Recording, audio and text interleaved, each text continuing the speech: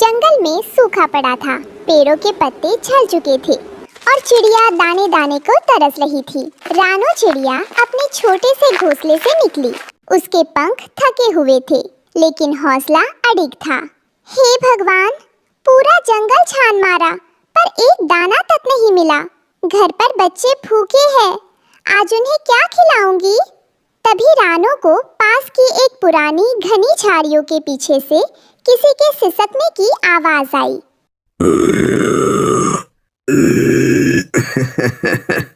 मुझे कोई बाहर निकालो, कोई है? अरे, ये इस सुनसान गुफा से रोने की आवाज कौन दे रहा है? कोई मुसीबत में है क्या? मुझे जाकर देखना चाहिए। रानो डरते डरते अंधेरी गुफा के अंदर गई। वहाँ कोई पक्षी या जानवर नहीं था, बस धूल से सना हुआ एक पुराना तांबे का चिराग जमीन पर पड़ा था। आवाज उसी चिराग के अंदर से आ रही थी। अरे, ये तो एक चिराग है। क्या इसके अंदर कोई बंद है? लाओ, इसकी धूल साफ कर दूं। रानो ने अपने कोमल पंखों से चिराग को रगड़ा। तभी एक जोरदार धमाका हुआ। धूम! नीले रंग का धुआं फैला और उसमें से एक विशाल मुस्कुराता हुआ जिन बाहर निकला। आजाद, मैं आजाद हो गया। शुक्रिया ओ नन्ही चिड़िया, मैं सदियों से इस चिराग में कैद था। तुम्हारी वजह से आज मैं खुली हवा में सांस ले पा रहा हूँ।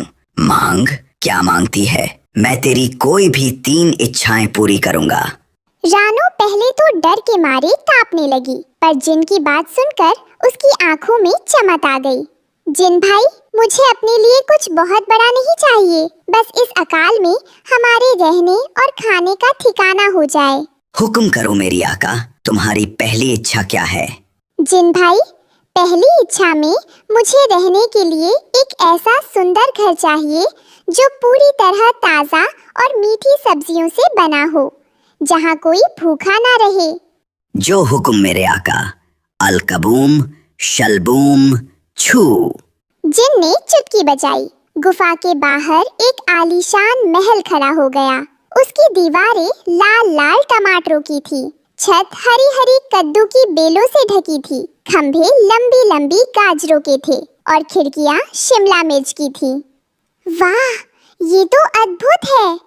जिन भाई, मेरी दूसरी इच्छा ये है कि इस घर के चारों तरफ एक ऐसा जादुई खेत हो जहाँ 12 महीने ताज़ा सब्जियों की खेती होती रहे, कभी सब्जियाँ खत्म ना हो। ये भी पूरा हुआ, तथास्तु। पलक झपकते ही महल के चारों ओर मीलों दूर तक लहलहाते हुए जादुई खेत बन गए। कहीं गोभी के फूल खिल रहे थे, तो कहीं रसीले बैंगन लटक रहे थे। अब अपनी तीसरी और आखिरी इच्छा मांगो नन्ही चिड़िया। जिन भाई, मेरी तीसरी इच्छा ये है कि मुझे एक ऐसा वरदान दो जिससे मैं जंगल के सभी भूखे और बेसहारा पक्षियों की हमेशा मदद कर सकूं। कोई भी मेरे दर से भूखा ना लौटे। अरे वाह, आज तक इस चिराग से जिसने भी जो मांगा सिर्फ अपने लिए मांगा। तुम पहली ऐसी जीव हो जिसने दूसरों का भला सोचा। मैं तुम्हें वरदान देता हूँ कि इस खेत की सब्जियां कभी कम नहीं होंगी और जो भी इन्हें खाएगा वो कभी बीमार नहीं पड़ेगा। तुम्हारी दयालुता की खुशबू हमेशा महकेगी। जल्द ही रानो का जादुई सब्जी महल पूरे जंगल में मशहूर हो गया। मिट्ठू तोता, टुनटुनी चिड़िया और बुलबुल वहाँ आए। अरे रानो बहन, ये तो चमत्कार है। इस अकाल में ऐसा सुंदर और खाने से भरपूर घर। आओ टुनटुनी, आओ मिट्ठू भाई, बुलबुल बहन, ये सब भगवान की कृपा है।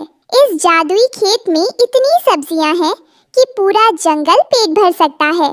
तुम सब यही रहो, हम सब मिलकर यहाँ खेती करेंगे और सबको खाना खिलाएंगे। वाह भाई वाह, इतनी तीखी और मीठी मिर्चें। रानो, तुम तो फरिश्ता हो। हम सब मिलकर इस जादुई खेती को संभालेंगे। हाँ रानो, हम गाजर और टमाटर के सूप बनाकर बीमार पक्षियों तक पहुंचाएंगे। सब खुशी खुशी रहने लगे, लेकिन दूर एक पेड़ के पीछे छुपे कालू कौवे और चालाक लाली लोमड़ी की आंखों में लालच तैर रहा था। लाली लोमड़ी, देख रही है इस अदनी सी चिड़िया के ठाठ? इसके पास वो जादुई चिराग है अगर वो चिराग हमें मिल जाए तो हम पूरे जंगल के राजा बन जाएंगे। बिल्कुल सही कहा कालू, ये चिड़िया बहुत भोली हैं। आज रात जब सब सो जाएंगे, हम चुपके से सब्जी महल में घुसेंगे और उस चिराग को चुरा लेंगे। फिर जिन हमारा गुलाम होगा। रात का घनेरा अंधेरा छा गया। मिट्ठू तोता और टुनटुनी चिड़िया पहरेदारी कर रहे थे, लेकिन ठंडी हवा के झोंकों से उन्हें नींद आ गई। कालू कौवा और लाली लोमड़ी दबे पांव महल के अंदर घुसे। धीरे चल लाली, कहीं कोई जाग न जाए। वो देख, मेज पर चिराग रखा है। ला, जल्दी से मुझे दे, मैं इसे अपनी पूंछ के पीछे छुपा लेती हूँ। जैसे ही कालू ने चिराग को छुआ, चिराग गर्म हो गया और उसमें से अचानक नील रंग का धुआं निकला।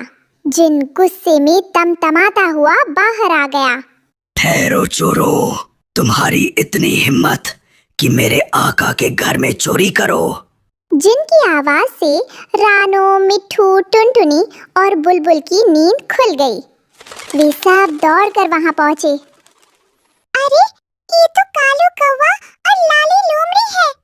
ये हमारा चिराग चुरा रहे थे। नहीं नहीं जिन महाराज, हम तो बस इसे साफ कर रहे थे। झूठ मत बोलो, मैं सब जानता हूँ। तुम दोनों लालची हो, अब तुम्हें इसकी सजा मिलेगी। जिन ने अपनी जादुई उंगली घुमाई। अलक बूम छू। कालू कौवे, तूने चोरी के लिए हाथ बढ़ाया। अब तू अगले 1 हफ्ते तक तरबूज की तरह भारी हो जाएगा और उड़ नहीं पाएगा। और लाली लोमड़ी, तेरी पूंछ पर लाल मिर्च का पाउडर लग जाए। ओ बाप रे, मैं इतना भारी कैसे हो गया? काओ काओ, मुझे माफ कर दो। उई माँ, मर गई। मेरी पूंछ में आग लग गई। बहुत जलन हो रही है। बचाओ, कोई पानी डालो। कालू और लाली दर्द और शर्म से रोने लगे। उन्हें तड़पता देख रानू चिड़िया का दिल पिघल गया। जिन भाई, कृपया इन्हें माफ कर दीजिए। इन्होंने गलती की है, लेकिन सजा बहुत भारी है। मैं किसी को दर्द में नहीं देख सकती। पर रानो, इन्होंने तुम्हारा चिराग चुराने की कोशिश की। कोई बात नहीं मिट्ठू भाई, बदले की भावना से कोई सुधरता नहीं है। जिन भाई, मेरी खातिर इन्हें ठीक कर दीजिए। जिन मुस्कुराया। उसने चुटकी बजाई और दोनों सामान्य हो गए। रानो, तुम्हारी दयालुता की कोई सीमा नहीं है। तुम दोनों चोरों, इस चिड़िया के पैर छुओ जिसने तुम्हें बचाया है। लाली लोमड़ी और कालू कौवा रानो के पैरों में गिर पड़े। उनकी आंखों में अब लालच नहीं, बल्कि सच्चे पछतावे के आंसू थे। रानो बहन, हमें माफ कर दो। हम भूख और लालच में अंधे हो गए थे। अब से हम कभी चोरी नहीं करेंगे।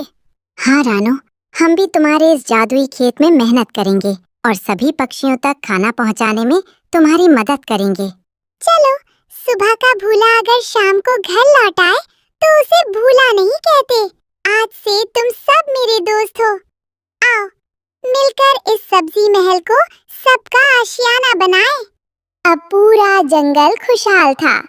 जादुई खेत हमेशा हरी भरी सब्जियों से लदे रहते और रानो, टुनटुनी, मिट्ठू, बुलबुल, कालू और लाली मिलकर प्यार से रहते थे। जिन भी अपने चिराग से निकलकर अक्सर उनके साथ मीठे टमाटरों का लुत्फ उठाता था।